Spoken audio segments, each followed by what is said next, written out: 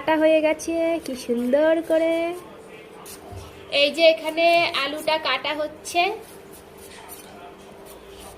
সকালের রান্না আজকে এটা।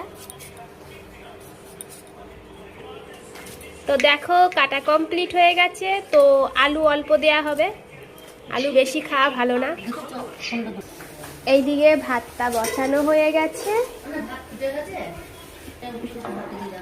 এই যে আজকে গামলায় ভাত বসানো হয়েছে।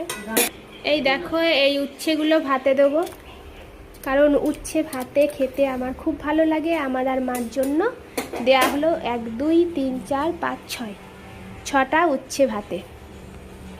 এই দেখো কড়াইতে তেল দেওয়া হয়ে গেছে। তো এখন চচ্চড়িটা রান্না করা হবে। তো কালকে এটাতে আমি চাউমিন করেছিলাম সকালে, কালকে না, তাই ওই কড়াইটাতেই আজকে এই চচ্চড়িটা করা হবে। ঢেকে রাখা হয়েছিল।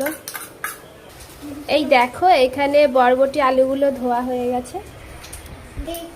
কড়াইতে জিরে ফোড়ন দেওয়া হয়ে গেছে। এখন এটা ভাজা হবে ভালো করে।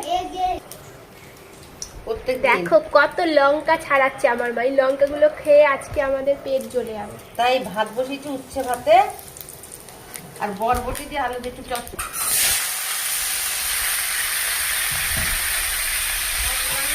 তেলের মধ্যে চপাং করে দেওয়া হলো বরবটি আর আলুগুলো।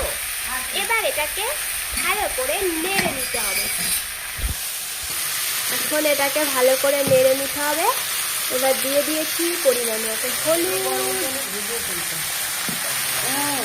এবার দেওয়া হবে নুন,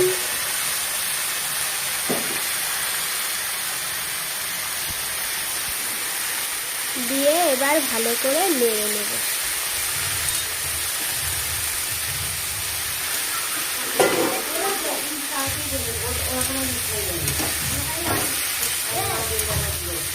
তো এটা একটু ভালো করে কষে নিই, তারপরে তোমাদের সাথে আবার শেয়ার করছি। রান্না করতে করতে গল্প করছে দেখো আমার মা। এত গল্প কিসের আপনার? এত গল্প কিসের? এত গল্প কিসের আপনার? গল্প কিসের? বলে আসে না। এই দেখো কত সুন্দর ভাজা হয়ে গেছে। তো এই ভাজা দিয়েই বেশ খাওয়া যায়, ভালো দারুণ লাগে, টেস্ট লাগে। কিন্তু আজকে এটা চচ্চড়ি হবে।